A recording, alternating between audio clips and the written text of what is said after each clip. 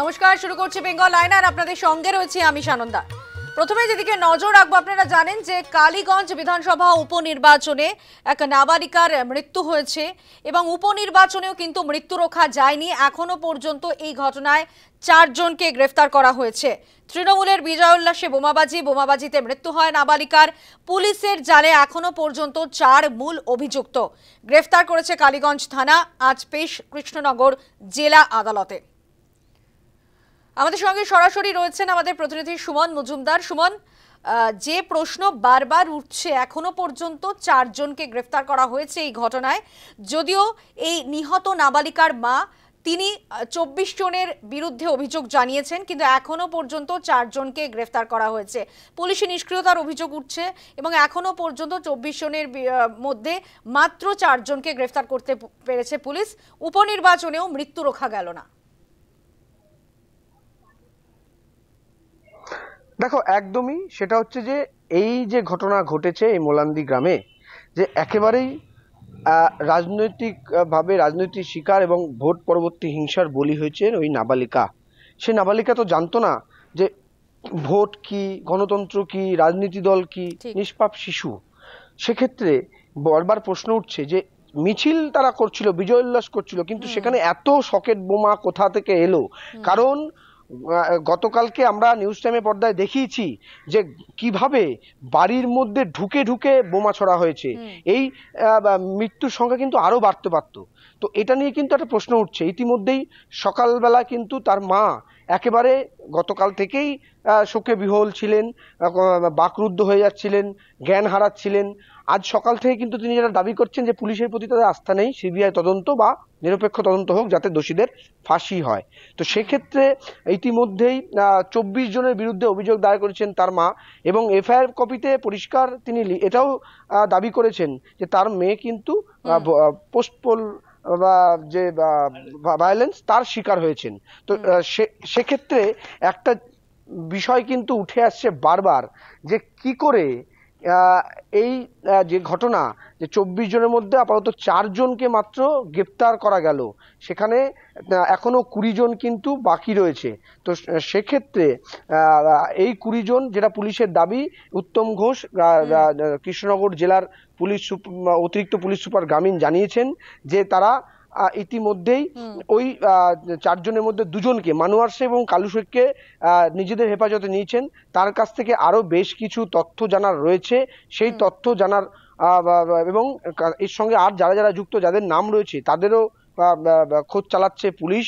তবে এখনো পর্যন্ত 4 জন গ্রেপ্তার হয়েছে। এলাকার মানুষ এখনো ক্ষোভ প্রকাশ করছেন, আতঙ্কে রয়েছেন। সব মিলিয়ে কিন্তু এই ঘটনায় সারা রাজ্য তো বটে, দেশ জুড়ে নিন্দার ঝড় উঠেছে এবং দোষীদের আরো চিহ্নিত করে গ্রেপ্তার করা এবং সুমন, তুমি যে কথা বলছিলে যে আবারও আমরা দেখলাম যে ভোট সন্ত্রাসে মৃত্যু হলো আরো এক শৈশবের, এবং সেখানে আমরা দেখলাম বিজয় উল্লাস থেকে বোমাবাজির অভিযোগ, এবং আবারও এক 9 বছরের নাবালিকার তার মৃত্যু হলো। একেবারে একমাত্র সন্তান, তাকে হারিয়ে হাহাকার মায়ের,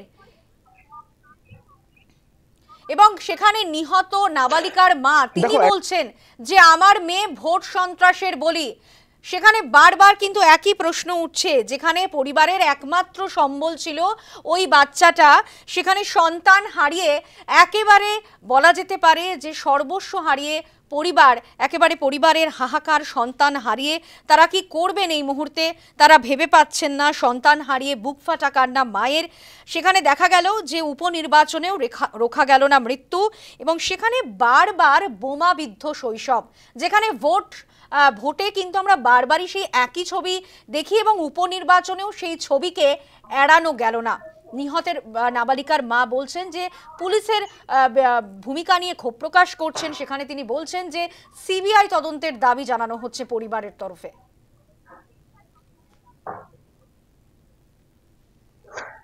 দেখো, এই বিষয়টা তোমাকে বলছিলাম, গতকালকে যখন আমরা গ্রামে ওই ঘটনার পর গিয়েছিলাম, এলাকার মানুষ কিন্তু বারবার বলছেন যে ওই ঘটনা ঘটার পর পুলিশ কিন্তু অনেক পরে এসছে।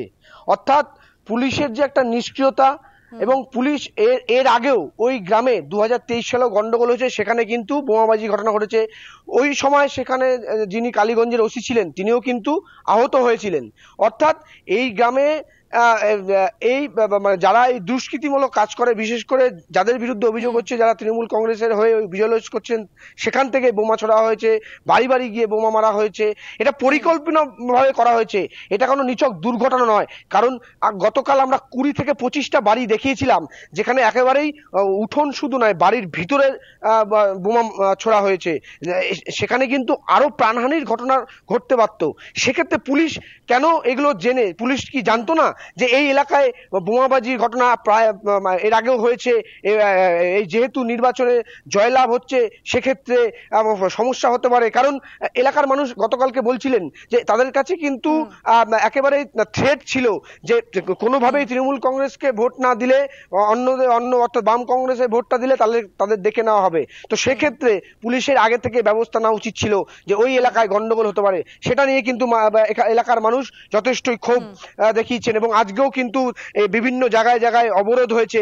এবং গতকালকেও মীরা যে ফাঁড়ি কালীগঞ্জের থানার অধীনে, সেখানেও দীর্ঘক্ষণ অবরোধ করে রাখা হয়। সেখানে মীনাক্ষী মুখার্জি যান, আমরা যে কথা বলছিলাম যে একমাত্র সন্তানকে হারিয়ে দিশেহারা পরিবার, নিহত নাবালিকার মা থানায় লিখিত অভিযোগ জানিয়েছেন এবং সেখানে তিনি পুলিশের প্রতি ক্ষোভ প্রকাশ করছে এবং সেক্ষেত্রে সিবিআই তদন্তের একটা দাবি তোলা হচ্ছে পরিবারের তরফে। কি বলেছেন একবার নজর রাখবো।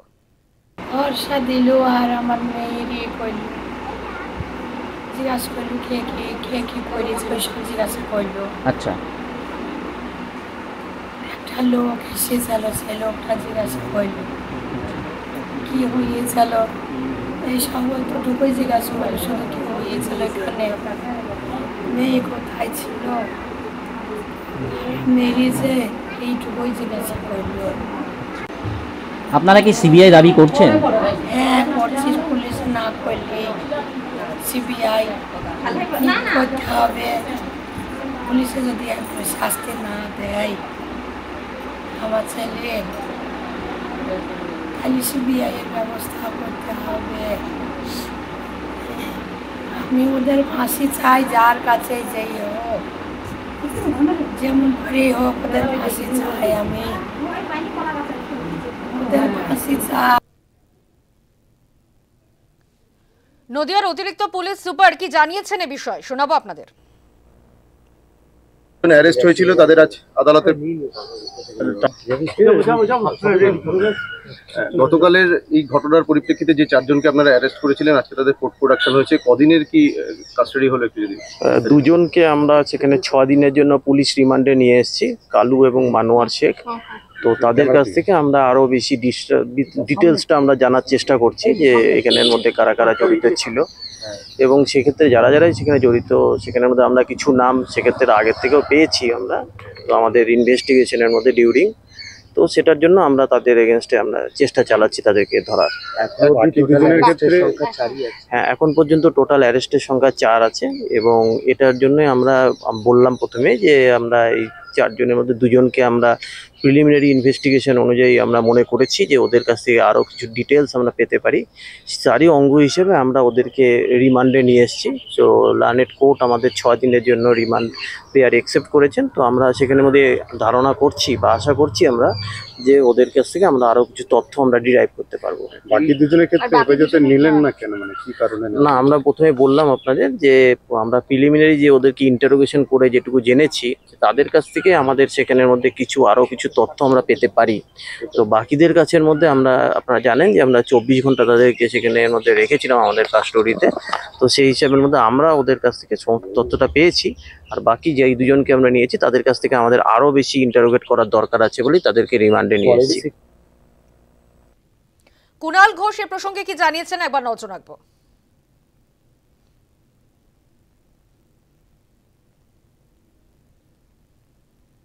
অত্যন্ত আপত্তিকর, অত্যন্ত নিন্দনীয়। আমরা তীব্র প্রতিবাদ করেছি। মাননীয় মুখ্যমন্ত্রী তীব্র ভাষায় এ বিষয়কে নিন্দা করেছেন। পুলিশ অ্যাকশন নিচ্ছে। কাল রাত অবধি 4 জন অ্যারেস্ট হয়ে গিয়েছে। কোন দলকে আমাদের জানার দরকার নেই, মেরে পিঠে চামড়া তুলে দেওয়া উচিত। পাশাপাশি পুলিশ যা যা কঠোরতম ব্যবস্থা, সেটা ফাঁসির সাজা হোক বা যা হোক, সমস্ত কিছু নেই।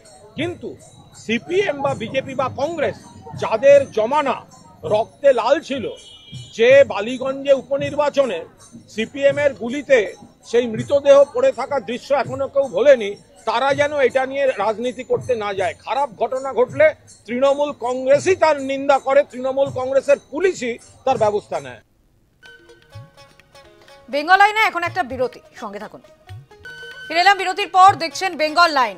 বোলপুরের আইসিকে কদর্য আক্রমণ অনুব্রত মণ্ডলের, এবং আপনারা জানেন যে এই ঘটনায় কিন্তু এর আগেও জাতীয় মহিলা কমিশনের তরফে অ্যাকশন রিপোর্ট চাওয়া হয়েছিল, অ্যাকশন টেকেন রিপোর্ট, এবং দুটি অ্যাকশন টেকেন রিপোর্ট চাওয়ার পরে কিন্তু এই রিপোর্ট পাওয়ার পরে কিন্তু অসন্তুষ্ট হয় জাতীয় মহিলা কমিশন। এরপর এই অনুব্রত অডিও কাণ্ডে এসপিকে তলব করা হলো। তলব করলো জাতীয় মহিলা কমিশন। দিল্লিতে হাজিরার নির্দেশ এসপিকে। 1 জুলাই বেলা 12টার মধ্যে হাজিরার নির্দেশ। একাধিক নথি নিয়ে যেতে বলা হয়েছে। আমরা কথা বলবো, আমাদের সঙ্গে নিউজ রুম থেকে রয়েছেন আমাদের প্রতিনিধি মৌমিতা মিত্র। মৌমিতা, এবার জাতীয় মহিলা কমিশনের তরফে দিল্লিতে হাজিরা দেওয়ার কথা নির্দেশ দেওয়া হলো, এবং 1 জুলাই বেলা 12টার মধ্যে দিল্লিতে তাদেরকে ডাকা হলো, এসপিকে ডাকা হলো। সেক্ষেত্রে এসপি যদি না যেতে পারে তাহলে এসডিপিওকে হাজিরার নির্দেশ দেওয়া হয়েছে। এর আগেও আমরা দেখেছিলাম যে দুটি অ্যাকশন টেকেন রিপোর্ট চাওয়া হয়েছিল, কিন্তু এই রিপোর্ট পাওয়ার পরে কিন্তু অসন্তুষ্ট হয়েছিল জাতীয় মহিলা কমিশন। এবার একেবারে দিল্লিতে হাজিরা দেওয়ার নির্দেশ। দেখো, একেবারেই বোলপুর থানার আইসি লিটন হালদারকে যে কদর্য ভাষায় আক্রমণ করেছিলেন অনুব্রত মণ্ডল, এবং তারপরে জাতীয় মহিলা কমিশনের তরফ থেকে দুবার অ্যাকশন টেকেন রিপোর্ট চাওয়া হয়, এবং যেটা জাতীয় মহিলা কমিশন সূত্রে জানতে পারা যাচ্ছে যে দুটি রিপোর্টেই একেবারেই তারা সন্তুষ্ট নন, যে কারণে বীরভূমের পুলিশ সুপারকে এবার সরাসরি তলব করা হয়েছে দিল্লির সদর দফতরে। যেরকমটা তুমি বললে, 1 জুলাই বেলা 12টা নাগাদ পুলিশ সুপারকে সশরীরে হাজিরা দিতে বলা হয়েছে, এবং পুলিশ সুপার যদি কোনো কারণে উপস্থিত থাকতে না পারেন সেক্ষেত্রে অ্যাডিশনাল এসপি অথবা এসডিপিওকে হাজিরা দিতে বলা হচ্ছে, এবং বেশ কয়েকটি রিপোর্ট চেয়ে পাঠানো হয়েছে। একদিকে জিজ্ঞাসাবাদের ভিডিওগ্রাফি নিয়ে যেতে বলা হয়েছে, অর্থাৎ একই সঙ্গে অনুব্রত মণ্ডল এবং লিটন হালদারকে যে জিজ্ঞাসাবাদ করা হয়েছিল তার videography report, forensic report, medical report নিয়ে যেতে বলা হয়েছে, এবং তদন্তের এখনো পর্যন্ত কি কি অগ্রগতি হয়েছে সেই সমস্ত রিপোর্ট সঙ্গে নিয়ে পুলিশ সুপারকে বলা হচ্ছে দিল্লিতে উপস্থিত থাকার জন্য। এবং যদি এদের মধ্যে কেউ, অর্থাৎ পুলিশ সুপার বা অ্যাডিশনাল এসপি বা এসডিপিও, এদের মধ্যে কেউ যদি উপস্থিত না থাকেন সেক্ষেত্রে কিন্তু জাতীয় মহিলা কমিশনের যে নির্দিষ্ট আইন রয়েছে সেই অনুযায়ী আইনানুগ ব্যবস্থা নেওয়া হবে, সেরকমটাও স্পষ্ট করে দেওয়া হয়েছে জাতীয় মহিলা কমিশনের তরফ থেকে।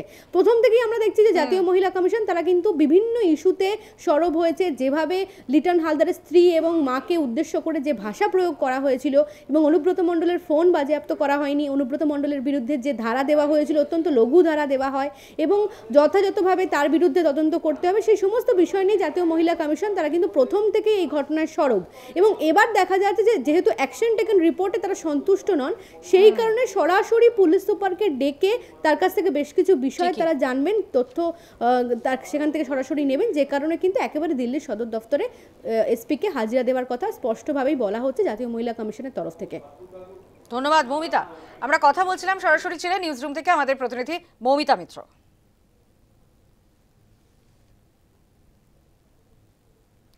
জাতীয় মহিলা কমিশনের সদস্য অর্চনা মজুমদার কি বলেছেন এই প্রসঙ্গে শোনাবো।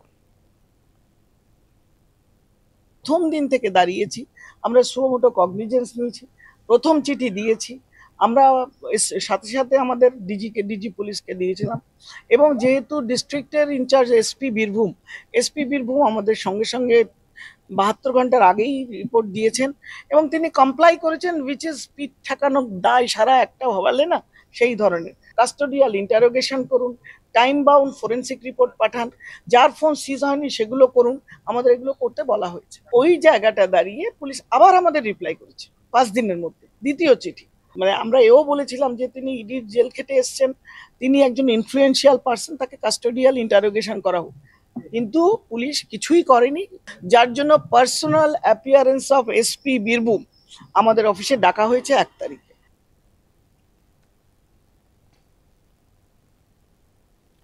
বেঙ্গল লাইনে আরো একটা বিরতি, সঙ্গে থাকুন। ফিরে এলাম বিরতির পর, দেখছেন বেঙ্গল লাইন। ইতিমধ্যে আপনারা জানেন যে দীঘার জগন্নাথ মন্দিরের প্রসাদ বাংলার ঘরে ঘরে পৌঁছচ্ছে, আর এই প্রসাদ নিয়েও কিন্তু বিতর্ক দানা বেঁধেছে। দীঘা জগন্নাথ মন্দিরে প্রসাদ বিতর্ক, এবং তা প্রকাশ্যে এসেছে যে প্রসাদ পৌঁছে দিচ্ছে পশ্চিমবঙ্গ সরকার, তৃণমূল নেতারাই পৌঁছে দিচ্ছেন সেই প্রসাদ। প্রতিবাদের পাশাপাশি কটাক্ষের ঢেউ। ইতিমধ্যেই আসরে নেমেছে বিজেপি। জগন্নাথ দেবের প্রসাদ কিনা তা নিয়ে প্রশ্ন তোলা হয়েছে বিজেপির তরফে। পাড়ার দোকানে মিষ্টি তৈরি হচ্ছে, আর সেই মিষ্টি নাকি বিতরণ হচ্ছে ঘরে ঘরে, এমনটাই দাবি বিজেপি নেতা বিধায়কদের। বিজেপি বিধায়ক শঙ্কর ঘোষ কি জানিয়েছেন এ প্রসঙ্গে শোনাবো। প্রসাদ মানুষ ভক্তি করে গ্রহণ করে, কিন্তু সেই প্রসাদ এইভাবে রেশন দোকানের মধ্যে দিয়ে, মিষ্টান্ন দোকানের মধ্যে দিয়ে, অর্থাৎ এই যে বারবার করে একটি কথা এসছে যে ধর্মকে নিয়ে রাজনীতি করা সরকারিভাবে, কোনো একটি রাজনৈতিক দল তাদের কোনো বক্তব্য থাকতে পারে, কিন্তু সরাসরি সরকার ধর্মীয় বিষয়টিকে মানুষের সামনে তুলে ধরা এবং তার থেকে কিছু সুবিধা আদায় হবে বলে যে চেষ্টা করা, যেটা আমরা দীঘাতে জগন্নাথ কালচারাল সেন্টার, শুভেন্দুদা বারবার করে বলেছে যে সরকার মন্দির প্রতিষ্ঠা করতে পারেন আমাদের সাংবিধানিকভাবে, সেখানে কালচারাল সেন্টারকে ধামে, জগন্নাথ ধামে পরিবর্তন করা, পরবর্তীকালে প্রসাদ নিয়ে যা করছেন, আমি ব্যক্তিগতভাবে বলি যে কোনো শুভবুদ্ধি সম্পন্ন মানুষ এই নিম্ন রুচির রাজনীতিকে সমর্থন করতে পারে। এরই পাল্টা কুণাল ঘোষের কি বক্তব্য শোনাবো আপনাদের। প্রসাদের মতো বিলি হচ্ছে, বিশ্বাসে মিলায় কৃষ্ণ, তর্কে বহু দূর। আপনি যখন ভগবানকে ফুল দেন, আপনি কি সে দেখতে যান যে ফুল কোন চাষির বাগানে তৈরি হয়েছে, সেই চাষি হিন্দু না মুসলমান না খ্রিস্টান? আপনি যখন দুর্গাপুজোয় অষ্টমীতে অঞ্জলি দেন, নতুন জামা পরে আপনি দেখতে যান মুসলমান দর্জি তৈরি করেছে না হিন্দু দর্জি তৈরি করেছে? ভগবানের কাছে যেটা প্রসাদ হিসেবে পড়ছে, ভগবানের স্পর্শে সেটা প্রসাদ। মানুষ দু হাত তুলে নিচ্ছেন এবং জগন্নাথ দেব তাদের আশীর্বাদ করছেন। যে বা যারা গুটি কয় ব্যক্তি, তারা তৃণমূলের সঙ্গে রাজনৈতিক লড়াই করতে গিয়ে জগন্নাথ দেবের সঙ্গে লড়াই করছেন, তারা এর পরিণাম জগন্নাথ দেবের রোষে পড়লে বুঝতে পারবেন। আমরা তো একটাই বুঝছি এখন, জয় জগন্নাথ।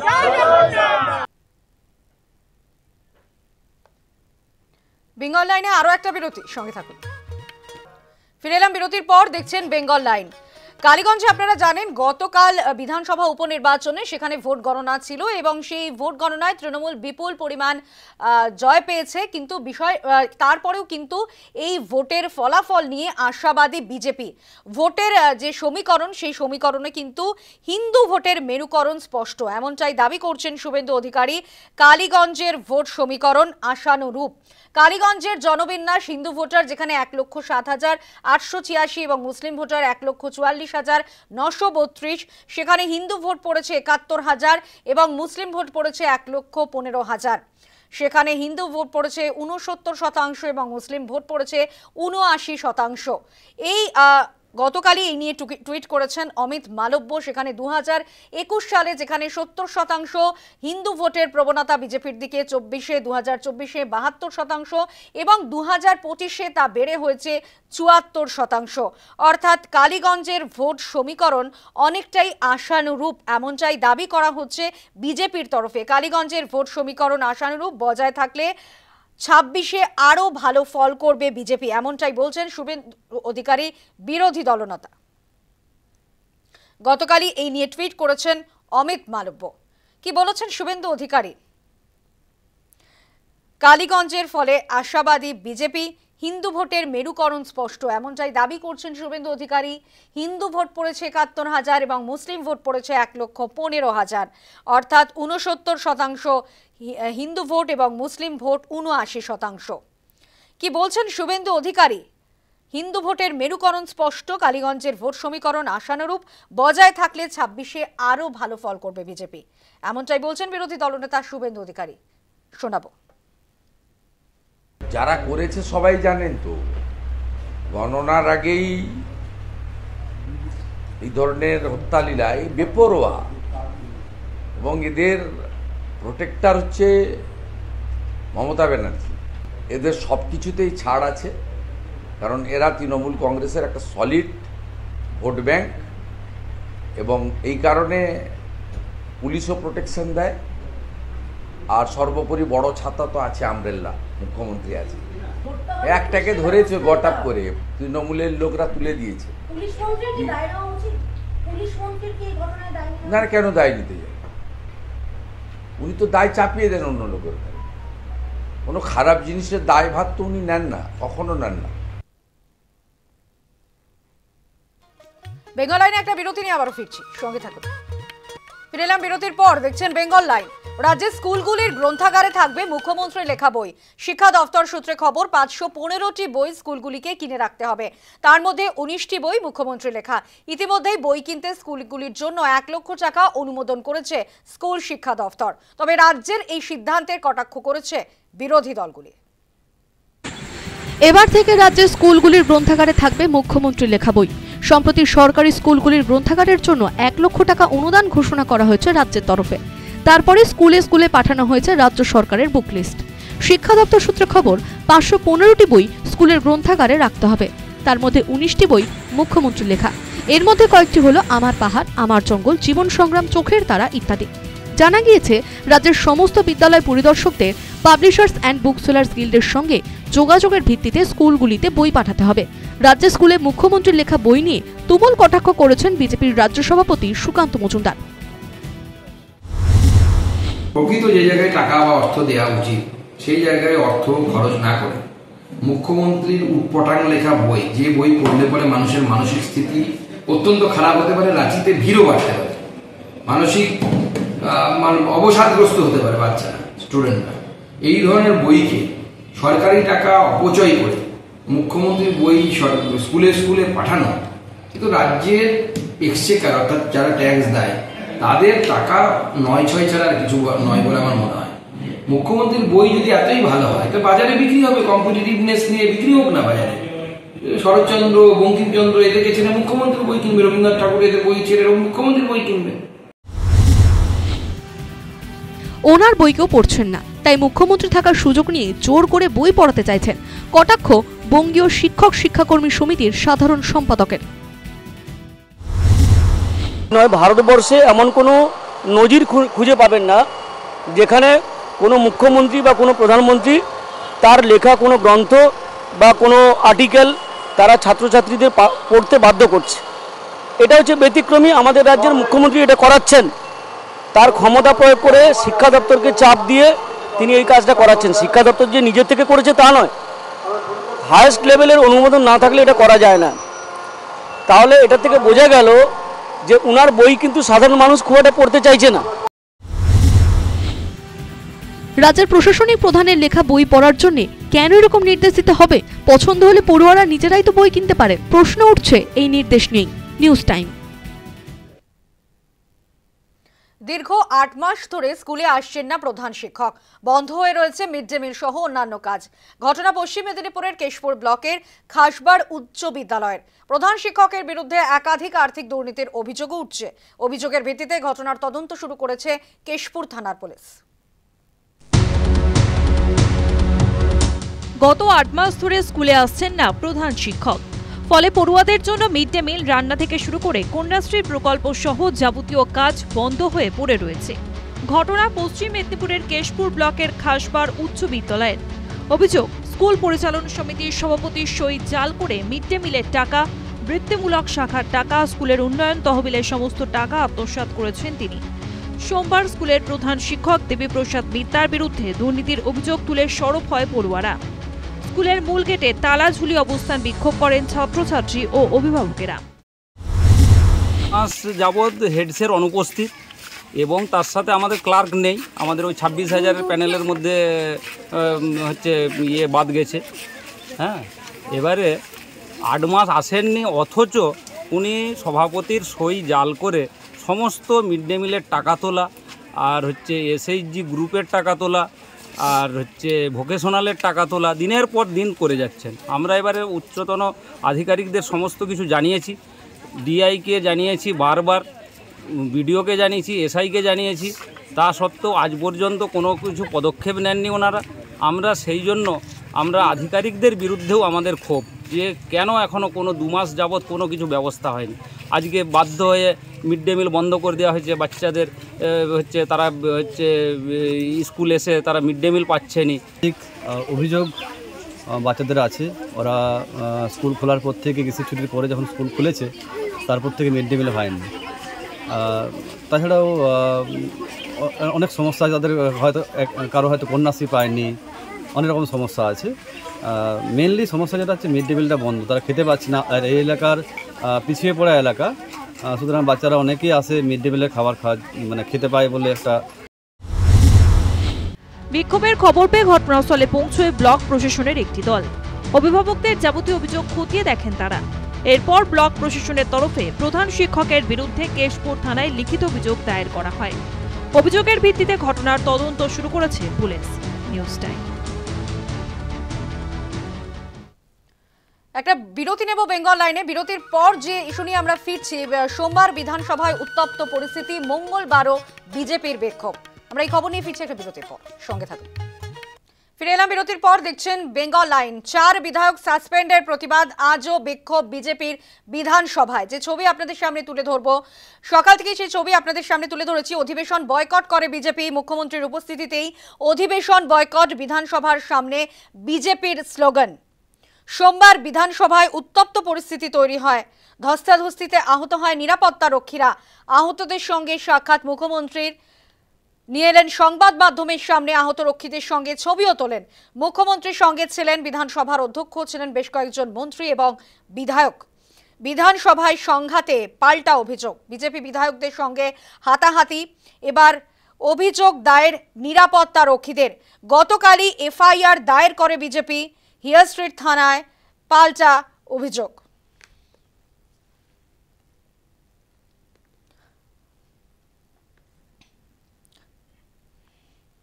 বিজেপি বিধায়ক শঙ্কর ঘোষ এ প্রসঙ্গে কি জানিয়েছেন শোনাবো আপনাদের।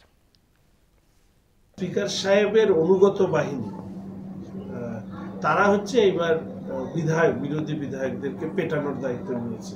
ফলে এই বিরোধী বিধায়কদেরকে পেটানো, 4 জন এমএলএ কে অনৈতিকভাবে সাসপেন্ড, এর জন্যই আজকে আমরা সদন বহিষ্কার করছি ঘোষিতভাবে, যেটা আমাদের মাননীয় বিরোধী দলনেতা বলেছে, এবং আমরা বিক্ষোভ দেখাবো।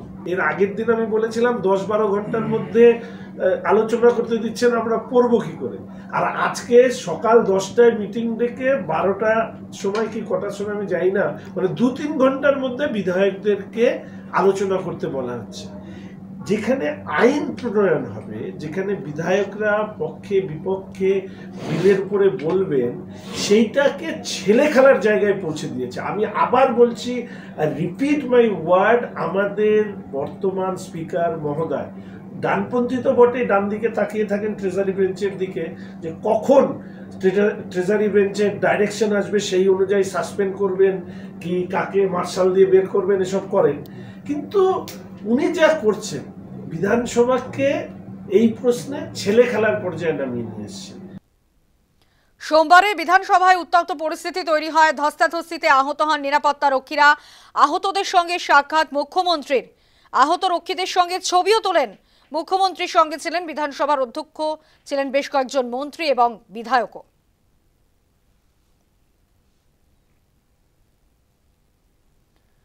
সোমবারও বিধানসভায় উত্তপ্ত পরিস্থিতি তৈরি হয়,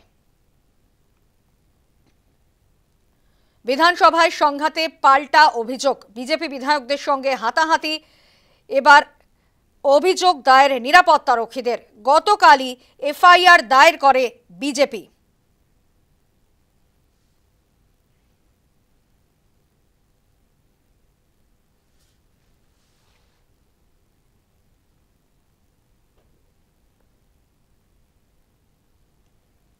চার বিধায়ক সাসপেন্ডের প্রতিবাদ, আজও বিজেপির বিক্ষোভ বিধানসভায়। 4 বিধায়ক সাসপেন্ডের প্রতিবাদে মঙ্গলবারও বিজেপির বিক্ষোভে উত্তাল হয়ে ওঠে বিধানসভা। মুখ্যমন্ত্রীর উপস্থিতি সত্ত্বেও অধিবেশন বয়কট করে বিজেপি। বিধানসভার সামনে প্ল্যাকার্ড হাতে স্লোগান দেয় বিজেপি বিধায়করা। সোমবারও বিধানসভায় পরিস্থিতি উত্তপ্ত হয়ে ওঠে, ধস্তাধস্তিতে আহত হয় নিরাপত্তা রক্ষীরা। রাজস্থানে বিপদে বাংলাভাষী ৩০০ জন। বিজেপি শাসিত রাজ্যগুলির বিরুদ্ধে সোচ্চার মুখ্যমন্ত্রী। বাংলায় কথা বলা কি অপরাধ? পরিযায়ী শ্রমিকদের সঙ্গে বাংলাদেশিদের মতো আচরণ কেন? প্রশ্ন মমতার। সবাই বৈধ নাগরিক দাবি করেছেন মুখ্যমন্ত্রী।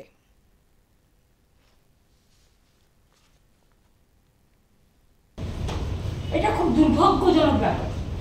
তো আমি যদি গুজরাটে যাই আমি গুজরাটি ভাষায় কথা বলি, আমি যদি রাজস্থানে যাই আমি হিন্দি ভাষায় কথা বলি যেটা জানি, আমি যদি বিহারে যাই আমি হিন্দি ভাষায় কথা বলি, আমার কোনো আপত্তি নেই। বাংলা ভাষায় যারা কথা বলে তারা কি অপরাধটা করেছে এই বিজেপি সরকারের কাছে, এই বিজেপি পার্টির সরকারগুলোর কাছে, যে তাদের সবাইকে বাংলাদেশি আখ্যা দিয়ে বন্দি করে রাখা হচ্ছে, তাদের বাংলাদেশে পুশ করে দেওয়া হচ্ছে, তাদের উপর অত্যাচার হচ্ছে। আরে বাংলাদেশি ভাষা আলাদা, কিন্তু যদি আমি বলি বিএসএফ এবং এয়ারপোর্টে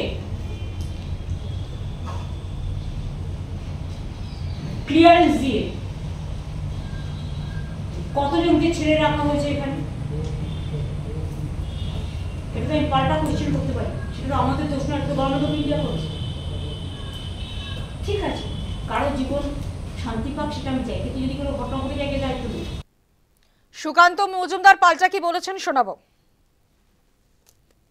মোহাম্মদ ইউনূসই তো বাংলা ভাষায় কথা বলে। মোহাম্মদ ইউনূস যদি বাংলা ভাষায় কথা বলে কলকাতায় ঘুরে বেড়ায় অনন্তকাল ধরে, আপনি কি মোহাম্মদ ইউনূসকে এখানে রেখে দেবেন? প্রশ্নের উত্তর দিন না। তসলিমা নাসরিনও তো বাংলা ভাষায় কথা বলে, তো তসলিমা নাসরিনকে পশ্চিমবঙ্গের মুখ্যমন্ত্রী মমতা বন্দ্যোপাধ্যায় আসতে দেন না কেন? কারণ কি? যে উত্তর দিতে বলুন। বাংলা ভাষায় বাঙালিরাও কথা বলে, বাংলাদেশিরাও কথা বলে, যদি ওদের বাংলা আমাদের বাংলার শব্দের মধ্যে অনেক পার্থক্য আছে। তো যদি বাংলাদেশি কেউ কোথাও যায়, ভারতবর্ষে প্রবেশ করে, তারা তাদের নাগরিকত্বের প্রমাণ দেখাতে না পারে ভারতীয় নাগরিকত্বের, তো যে কোনো দেশ হলেই সে দেশের নাগরিক বাদে অন্যদেরকে বাইরে পাঠাবে, এটাই নিয়ম। যদি এর উল্টোটা হয়, এরকম কোনো অভিজ্ঞতা থাকে মমতা বন্দ্যোপাধ্যায়ের বা তার দলের, বলুক। মমতা বন্দ্যোপাধ্যায় তাদের কর্মীদেরকে বাংলাদেশে পাঠিয়ে দেখুক না, কিছুদিন থাকার জন্য থাকতে পারে কিনা, না বাংলাদেশ পুশব্যাক করে ভারতবর্ষে পাঠিয়ে দেয়। যে কোনো দেশে অন্য দেশের নাগরিক গেলে আইদার প্রপার ভিসা নিয়ে যেতে হবে, ভিসা যদি না থাকে তাহলে ওয়েট করে দেওয়া হবে।